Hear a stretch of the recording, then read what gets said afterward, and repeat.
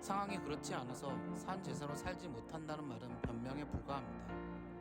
하나님께 산 제사를 드리라고 명령한 것은 그 일이 쉬워서가 아니라 반드시 필요한 일이기 때문입니다. 바울은 자신을 산 제사로 드릴 만한 환경이 됐기 때문에 이렇게 말했을까요?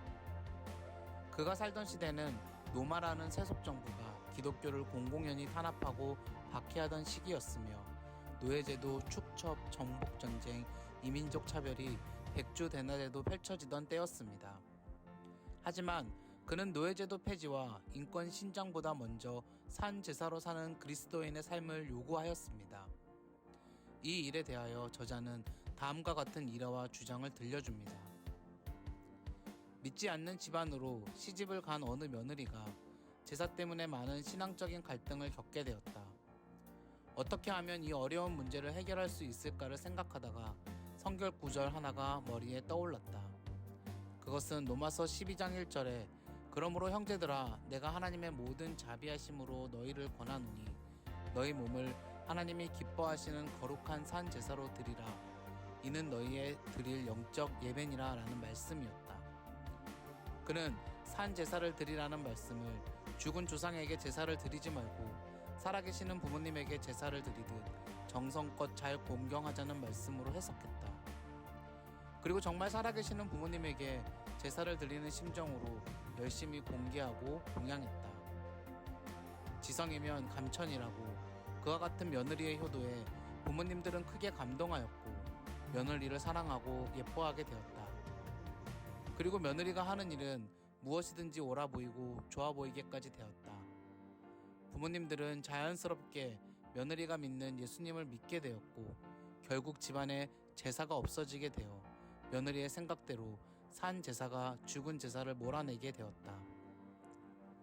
성경에서 이야기하는 산 제사의 의미가 물론 그것이 아니라는 것은 잘 안다. 그러나 그런 의미의 산 제사가 있어야만 죽은 제사의 문제를 해결할 수 있겠다는 데는 전적으로 동의한다. 그리고 그렇게 하면 정말 죽은 제사의 문제를 해결할 수 있을 것이다.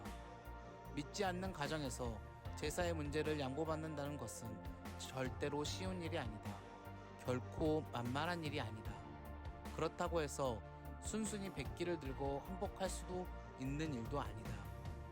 그렇게 해서는 안 된다. 아무리 힘들고 어려워도 아닌 것은 아닌 것이다. 그러나 신앙의 문제가 중요하다고 늘 가정과 등을 돌리고 불화하면서 살 수만도 없다. 가장 중요한 것을 이루기 위하여 그보다 못한 것들을 희생하여야만 한다.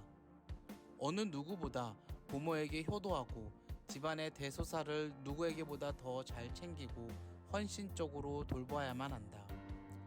최소한 제사를 드리지 않아도 용서를 받고 이해받을 수 있을 만큼 투자를 미리미리 해야 하고 더 나아가 집안에서 제사를 없애고 모든 식구가 예수를 믿을 수 있을 만큼 희생해야 한다. 제사의 문제를 대수롭지 않게 여기는 것도 옳지 않고 집안의 갈등을 두려워하여 백기를 들고 항복하는 것도 옳지 않다. 그리고 제사 문제 때문에 평생을 갈등하며 집안을 멀리하고 살 수도 없고 살아서도 안 된다. 그것을 신앙의 순수성을 지키는 것이라고 자위해서도 안 된다. 신앙의 순수성을 지키는 것은 좋으나 그것은 너무나 소극적인 방법이요 하나님이 기뻐하시는 방법은 분명 아닐 것이다. 부모님들과 가족들에게 산 제사를 드림으로 죽은 제사의 문제를 해결할 수 있는 사람들이 되기를 바란다.